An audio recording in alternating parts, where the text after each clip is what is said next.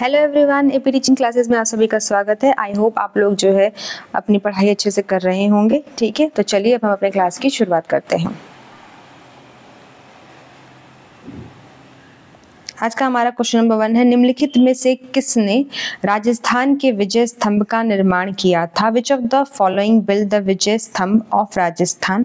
आपके पास ऑप्शन है प्रताप सिंह, महाराणा कुंभा, सवाई जय सिंह, सूरजमल सिंह। ठीक है, ये ऑप्शन आपको जो है, ये नाम काफ़ी फेमस है, कई बार इन सभी पे जो है सीरियल्स बन चुके हैं, तो आपको ये नाम अच्छे से फैमिलियर होंगे। आपके इस क्वेश्चन का जवाब है महाराणा कुंभा। ठीक है, वो महाराणा कुंभा जो है वो मेवाड़ के शासक थे और उन्होंने जो है विजय स्तंभ का निर्माण जो है राजस्थान के चित्तौड़गढ़ जिले में किया है।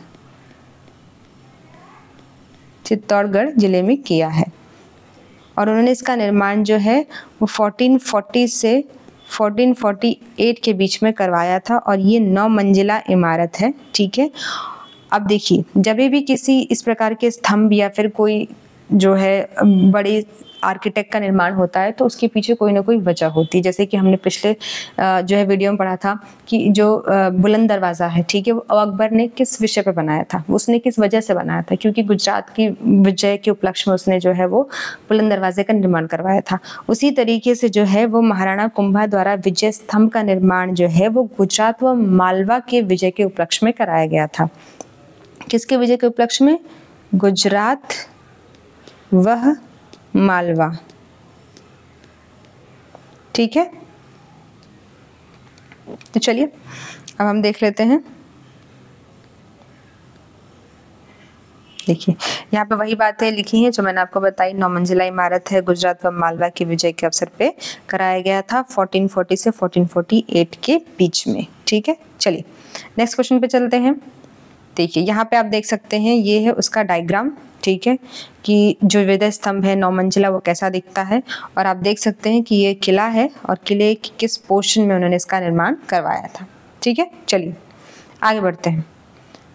क्वेश्चन नंबर 2 है हमारा, निम्नलिखित में से कौन सा राष्ट्रीय उद्यान पश्चिम बंगाल में स्थित नहीं? Which of the following national park is not located in West Bengal? देखिए, क्वेश्चन बहुत ध्यान से पढ़िए क्योंकि इसमें नहीं बोला है, आपसे पूछा गया है नहीं। यहाँ पे अक्सर बच्चे गलती करते हैं। ठीक है, चलिए तो हम ऑप्शंस को देख लेते हैं। आपके पास ऑप्शन है जलदापाड़ा राष्ट्रीय उद्यान, कान्हा राष्ट्रीय उद्यान, गोरुमारा राष्ट्रीय उद्यान या बुक्सा टाइगर रिजर्व। ठीक है, देखिए इसमें आपका आंसर है आंसर बी। कान्हा राष्ट्रीय उद्यान जो है वो पश्चिम बंगाल में स्थित ना होकर के मध्य प्रदेश में स्थित है। कहाँ पे स्थित है? एमपी में। ठीक है, इसके अलावा जलदापाड़ा ले लीजिए, गोरुमारा हो गया या बुक्सा, ये तीनों की तीनों पश्चिम बंगाल में स्थित है। देखिए, अब क्योंकि आपके जो है क्वेश्चन में राष्ट्रीय उद्यान जो है वो का नाम आया है, तो हम राष्ट्रीय उद्यान से रिलेटेड नहीं, यानी नेशनल पार्क से रिलेटेड अन्य तथ्यों को भी यहीं पर देख लेते हैं। इंडिया में टोटल जो है 106 यानी 106 राष्ट्रीय उद्यान है। ठीक है, अगर आपसे पूछे कि सबसे नया सम्मिलित राष्ट्रीय उद्यान कौन सा है, तो उसका नाम है रायमोना नेशनल पार्क। ये कहाँ पे स्थित है? ये असम में स्थित है। अगर आपसे सबसे छोटा राष्ट्रीय पार्क पूछता है, ये उद्यान जो भी आप कहें पूछता है, तो उसका नाम है साउथ बटन, जो कि अंडमान और निकोबार द्वीप समूह में स्थित है। ठीक है, और अगर आपसे सबसे बड़ा पूछता है, सबसे बड़ा नेशनल पार्क कहाँ पे है, तो उसका नाम है हेमिस, जो कि जम्मू एंड कश्मीर के लद्दाख जिले में स्थित है। ठीक है, और देखिए सबसे बड़ा नेशनल पार्क होने के साथ साथ सबसे ऊंचाई पर स्थित नेशनल पार्क भी हेमिस नेशनल पार्क ही है। ठीक है, अगर आपसे पूछे कि इंडिया का सबसे फर्स्ट नेशनल पार्क कौन सा है, ठीक है, तो उसमें नाम आएगा Jim Corbett national park. India का सबसे पहला जो है राष्ट्रीय पार्क था। ठीक है, चलिए अब हम आगे देख लेते हैं। देखिए मैप में अब हम देख लेते हैं कि पश्चिम बंगाल में पाए जाने वाले और कौन कौन से नेशनल पार्क हैं। एक तो बुक्सा नेशनल पार्क है, एक जलदापाड़ा है, एक गोरुमारा है, एक नेरोरा है, एक सिंगरीला है और एक है Sundarban national park. Sundarban delta का भी आपने काफ़ी नाम सुना होगा, बहुत ज़्यादा फेमस है। ठीक है, चलिए अब हम आगे बढ़ते हैं। अब आता है क्वेश्चन नंबर 3, वस्तु एवं सेवा कर भारत में पेश किया गया था। Good and services tax was introduce in India in 2019 में, 2017 में, 2018 में या 2016 में। ठीक है, देखिए ये जो टैक्स है वो 2017 में आया था, ठीक है। तो ऑप्शन बी इसमें सही होगा, ठीक है। किसके सुझाव पर आया था? तो केलकर समिति के सुझाव पर आया था। केलकर समिति ने इसका सुझाव जो है वो 2002 में दिया था। देख लीजिए कितने लंबे समय के बाद जो है वो भारत ने इसे लागू किया है, ठीक है। इसमें बहुत सारी दरें हैं, जैसे 0%, 5%, 12%, 18%, 28%। अगर आपको सामान्य सिंपल लैंग्वेज में समझना है कि जीएसटी क्या होता है, तो जीएसटी वस्तुओं और सेवाओं पर लागू होने वाला एक महत्वपूर्ण अप्रत्यक्ष कर जो होता है उसे हम जीएसटी कहते हैं, ठीक है। किस पे लागू होता है? वस्तु एवं सेवाएं दोनों पर लागू होता है। ये टर्म बहुत इंपॉर्टेंट है, वो आपसे घुमा के पूछ लेगा कि सिर्फ सेवाओं पर लागू होने वाले अप्रत्यक्ष कर को जो है जीएसटी कहते हैं, या सिर्फ और सिर्फ वस्तुओं पर लागू होने वाले कर को जो है जीएसटी कहते हैं। ऑप्शन में ए सही है, बी सही है, दोनों सही है या दोनों गलत है, ऐसे करके वो आपको ऑप्शन दे सकता है। तो आपको ये टर्मिनोलॉजीज बहुत ध्यान से याद करनी है, ठीक है। चलिए तो हम आगे बढ़ते हैं। एक्सप्लेनेशन में ये वही चीज़ें दी हैं जो मैंने आपको बताई हैं, ठीक है। चलिए अब नेक्स्ट क्वेश्चन देखते हैं। हमारे पास है क्वेश्चन नंबर 4। निम्नलिखित में से कौन खरीफ की फसल का एक अच्छा उदाहरण है? ठीक है, आपके पास ऑप्शन है तरबूज, मक्का, गेहूं या बादाम, ठीक है। देखिए इसका आंसर है मक्का। मक्का एक खरीफ की फसल है, ठीक है। देखिए इस प्रकार के क्वेश्चन जो है वो अक्सर एग्जाम में आपसे पूछे जाते हैं। तो आपको पहले इस प्रकार के क्वेश्चन के लिए आपको पता होना चाहिए कि भारत में जो है वो फसल का पैटर्न क्या है, ठीक है। किस प्रकार की फसलें बोई जाती हैं, कब उनकी बुआई होती है, कब इनकी कटाई होती है, ठीक है। तो मुख्यतः भारत में फसलों को हम 3 भागों में बांटते हैं, रबी की फसल, ठीक है, खरीफ की फसल और जायद की फसल, ठीक है। तो चलिए एक एक करके हम समझ लेते हैं और उनके एग्जाम्पल भी देख लेते हैं। सबसे पहले है रबी की फसल, ठीक है। जो रबी की फसल होती है उसे हम अक्टूबर या नवंबर के महीने में जो हम उसकी बुआई करते हैं और मार्च और अप्रैल के महीने में हम उसे काट लेते हैं, ठीक है। इसमें सबसे अच्छे एग्जाम्पल है गेहूं, जो कि आपके ऑप्शन में दिया हुआ है। तब आपको समझ में आए कि ये ऑप्शन सही क्यों नहीं है, क्योंकि वो क्योंकि वो खरीफ की नहीं रबी की फसल है, ठीक है। गेहूं हो गया, जौ हो गया, चना हो गया, मटर हो गई, सरसों हो गया, मसूर की दाल आपने सुनी होगी, ठीक है, मसूर और आलू, ये सारी की सारी जो है वो रबी की फसलें हैं। तो चलिए अब हम खरीफ की फसलों को देख लेते हैं। खरीफ की फसलों को हम जून जुलाई के महीने में जो है बोते हैं और उसे हम अक्टूबर और नवंबर के महीने में काट लेते हैं, ठीक है। इसमें सबसे अच्छा एग्जाम्पल है चावल, ज्वार, बाजरा, मक्का, जो कि आपको ऑप्शन में यहाँ पे दिया हुआ है। तो आपको अब समझ में आया होगा कि ये ऑप्शन सही क्यों है। तिल, मूंगफली, उड़द की दाल बहुत लोगों की फेवरेट होती है, तो आप वहां से याद कर सकते हैं। कपास, रागी और सोयाबीन जो है वो एक प्रोटीन युक्त भोजन है, इसे जरूर खाना चाहिए, ठीक है। ये जो है खरीफ की फसलों का एग्जाम्पल है, ठीक है। चलिए हम देख लेते हैं जायद की फसलों को हम मार्च और अप्रैल के महीने में बोते हैं और उसे हम जून और जुलाई के महीने में काट लेते हैं, ठीक है। अब देख लीजिए इसमें एग्जाम्पल है तरबूज, खरबूज या खरबूजा, जो भी आप कह सकते हैं इसे, ठीक है, ककड़ी, खीरा, ये सब सलाद में हम लोग खाते हैं, भिंडी, ठीक है। ये सभी की सभी जो है किसकी है, जायद की फसलें हैं। देखिए कई बार हम लोगों को याद नहीं हो पाता है कि रबी में कौन सी फसलें आती हैं या खरीफ में कौन सी फसलें आती हैं या जायद में कौन सी फसलें आती हैं, बड़ा कन्फ्यूजन होता है।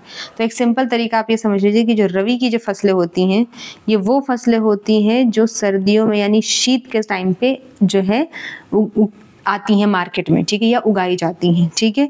और जो खरीफ की फसलें होती हैं वो गर्मियों के मौसम में आती हैं, ग्रीष्म ऋतु में आती हैं, ठीक है। और जो जायद की फसलें होती हैं वो किस मौसम में आती हैं, वो सर्दी गर्मी दोनों में आती हैं, ठीक है। आई होप आपको क्लियर हो गया होगा, ठीक है। चलिए अब आगे बढ़ते हैं।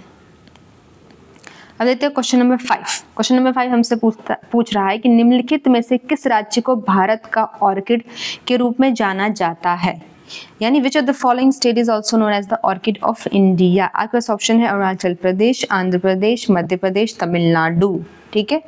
इसमें आपका आंसर है अरुणाचल प्रदेश, ठीक है, क्योंकि सबसे ज्यादा ऑर्किड का उत्पादन कहाँ होता है, अरुणाचल प्रदेश में होता है, ठीक है। उसके बाद जो है वो सिक्किम में होता है, उसके बाद जो है वो वेस्ट बंगाल में होता है, ठीक है। चलिए अब यहाँ देख लेते हैं हम। देखिए ऑर्किड की सबसे अधिक संख्या जो है अरुणाचल प्रदेश में है, उसके बाद सिक्किम में है, उसके बाद पश्चिम बंगाल के दार्जिलिंग हिमालय में स्थित है, ठीक है। ये देख लेते हैं हम। देखिए ये है ऑर्किड फ्लावर, कुछ कुछ मंकी शेप में भी होते हैं, विभिन्न प्रकार के रंगों के, कलर के और आकार के ये जो ऑर्किड पौधे हैं वो उगते हैं, ठीक है। चलिए अब हम नेक्स्ट क्वेश्चन पे चलते हैं। Question number 6। क्वेश्चन नंबर 6 आपसे पूछ रहा है कि 1919 में महात्मा गांधी द्वारा निम्नलिखित में से किस बैंक का उद्घाटन किया गया था, ठीक है। Which of the following bank was inaugurated by Mahatma Gandhi in 1919। आपके पास ऑप्शन है central bank of India, state bank of India, Punjab national bank, union bank of India, ठीक है। तो इसका आंसर है यूनियन बैंक ऑफ इंडिया का जो है उद्घाटन जो है 1919 में महात्मा गांधी द्वारा किया गया था, ठीक है। अब इस संदर्भ में हम एक और फैक्ट देख लेते हैं। देखिए स्टेट बैंक ऑफ इंडिया अस्तित्व में कैसे आया, तो देखिए उसके लिए सबसे पहले समझिए कि 1806 में जो है वो बैंक ऑफ कलकत्ता की स्थापना की गई थी, ठीक है। और 1921 में है बैंक ऑफ बॉम्बे की स्थापना की गई थी, और इन दोनों बैंक को मर्ज कर दिया गया 1969 में जब बैंकों का राष्ट्रीयकरण किया गया था, ठीक है। और जब बैंकों का राष्ट्रीयकरण किया गया 1969 में, तो इन दोनों बैंकों को मिलाकर के जो है वो SBI यानी स्टेट बैंक ऑफ इंडिया का जो है वो गठन किया गया था। आप आई होप आपको समझ में आ गया होगा कि स्टेट बैंक ऑफ इंडिया जिसे हम आज जो है जानते हैं जिस नाम से, वो किस प्रकार अस्तित्व में आया था, ठीक है। चलिए अब आगे बढ़ते हैं। इस स्लाइड में देखिए वही बताया है जो मैंने आपको बताया था, ठीक है। चलिए अब हम आगे देखते हैं। क्वेश्चन नंबर 7 है। क्वेश्चन नंबर 7 है, निम्नलिखित में से किसे अक्सर भारतीय इतिहास का पहला साम्राज्य निर्माता कहा जाता है। Which of the following was often called the first empire builder in Indian history. आपका ऑप्शन है महापद्मानंद, अशोक, धनानंद, चंद्रगुप्त मौर्य, ठीक है। देखिए ऑप्शन से समझिए, महापद्मानंद जो थे वो नंद वंश के संस्थापक थे,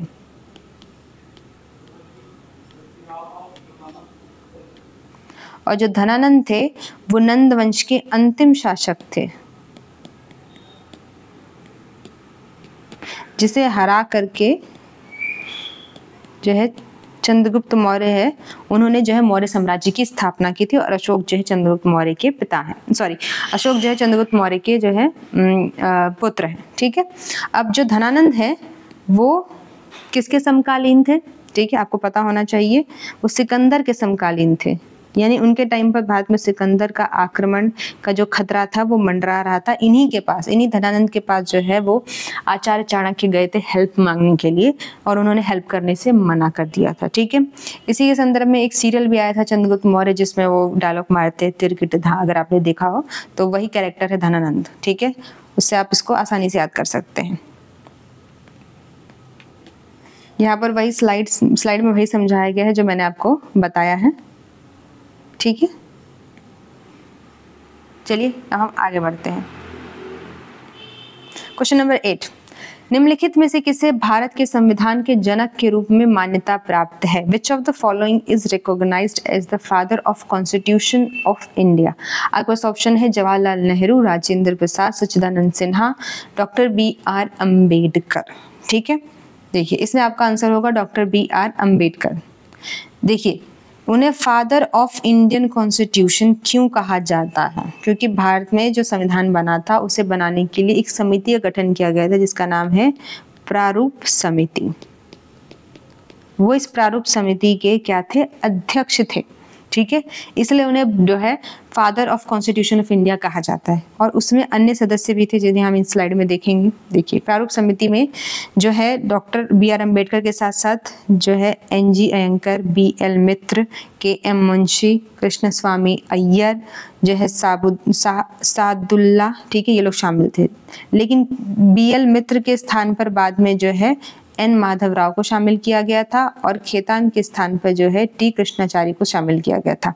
अब आप सोचेंगे कि इन दोनों लोग क्यों चले गए? क्योंकि इन लोगों का स्वास्थ्य अच्छा नहीं था, तो उन्होंने जो है वहां से हट गए थे और उनके स्थान पर जो है वो नए मेंबर्स को शामिल कर लिया गया था। ठीक है, और आपको ये जो प्रारूप समिति के मेंबर्स हैं, ठीक है, ये सारे के सारे नाम आपको टिप्स पे याद होने चाहिए क्योंकि इनसे सवाल पूछता है कि निम्नलिखित में से कौन से व्यक्ति जो है प्रारूप समिति के सदस्य नहीं थे। ठीक है, चलिए आगे बढ़ते हैं। अब क्वेश्चन नंबर 9, कैप्टन हॉकिंस और सर थॉमस रो ने किसके न्यायालय का दौरा किया था? ठीक है, captain Hawkins and Thomas Roe visited the court of, आपका ऑप्शन है जहांगीर, औरंगजेब, शाहजहां या हुमायूं। देखिए इसमें आपका आंसर होगा जहांगीर। ठीक है, ये दोनों लोग यानी कैप्टन हॉकिंस और सर थॉमस रो, ये दोनों जो है वो जहांगीर के दरबार में आए थे। लेकिन कैप्टन जो थॉमस रो थे, ठीक है, वो आए थे 1608 से 1609 के बीच में, और जो हॉकिंस थे वो 1615 से 1616 के बीच में आए थे। ठीक है, बस ये पहले आ गए थे रो, और कैप्टन हॉकिंस जो है वो बाद में आए थे। ठीक है, चलिए हम इसका एक्सप्लेनेशन देख लेते हैं। जो है इंग्लैंड, कैप्टन हॉकिंस जो थे वो इंग्लैंड के राजा जेम्स प्रथम का पत्र लेकर के 1608 से 1609 के बीच में जहांगीर के दरबार में आए थे, और उन्हें 400 मनसब और एक इंग्लिश खान की उपाधि भी प्रदान की थी। ठीक है, चलिए अब आगे बढ़ते हैं।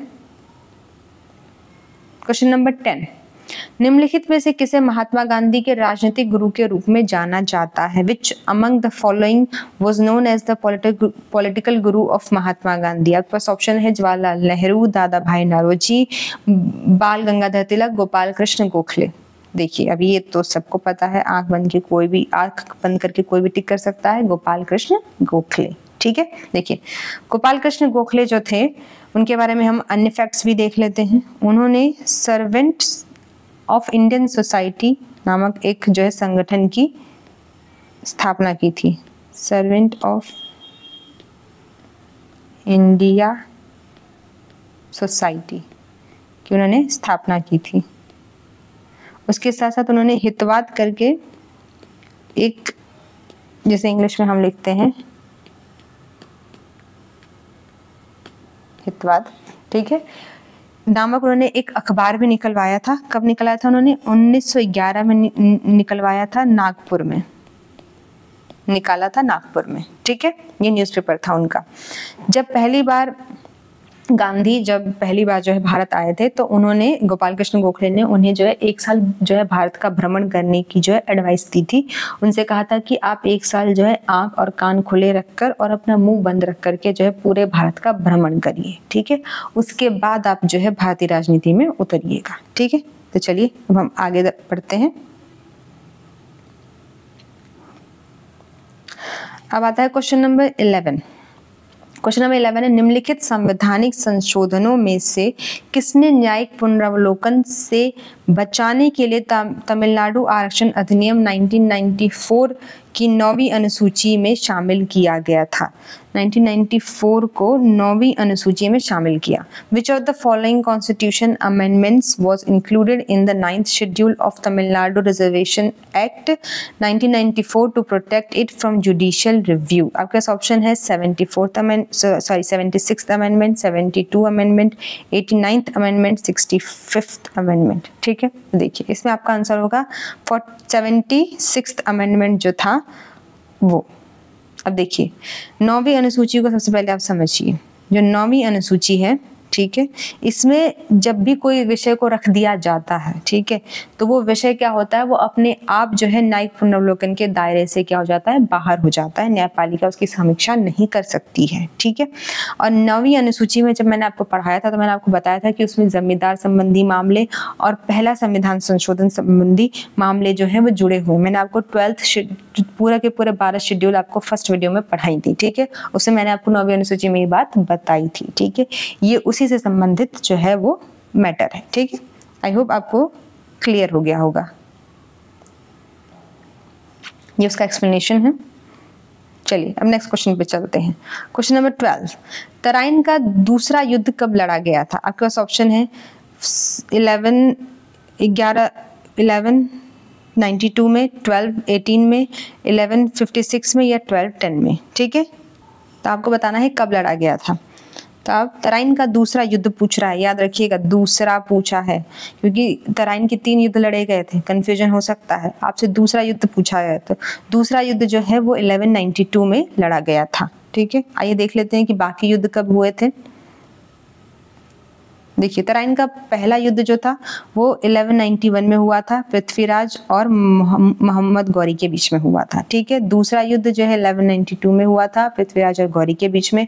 तीसरा युद्ध जो है वो 1215 में हुआ था, इल्तुतमिश और जो है ताजुद्दीन यद्दौला के बीच में। ठीक है, अब देखिए आपको ये बात याद रखनी है कि इस युद्ध में तराइन के पहले और दूसरे युद्ध में, ठीक है, पहले युद्ध में तो जो है पृथ्वीराज चौहान विजयी रहे थे, लेकिन दूसरे युद्ध में कौन विजयी रहा था? मोहम्मद गौरी विजयी रहा था। ठीक है, अब आपके ऑप्शन में चंद्रावर का भी युद्ध दिया है, तो वो भी देख लेते हैं। चंद्रावर का युद्ध जो है वो 1192 में लड़ा गया था। जयचंद, ठीक है, जिन्होंने कि पृथ्वीराज को धोखा दिया था, वही जयचंद और गौरी, ठीक है, उनके बीच में लड़ा गया था। इसमें जयचंद हार गए थे और गौरी की जो है वो विजय हुई थी। ठीक है, तो इस तरीके से आज की क्लास हमारी समाप्त होती है।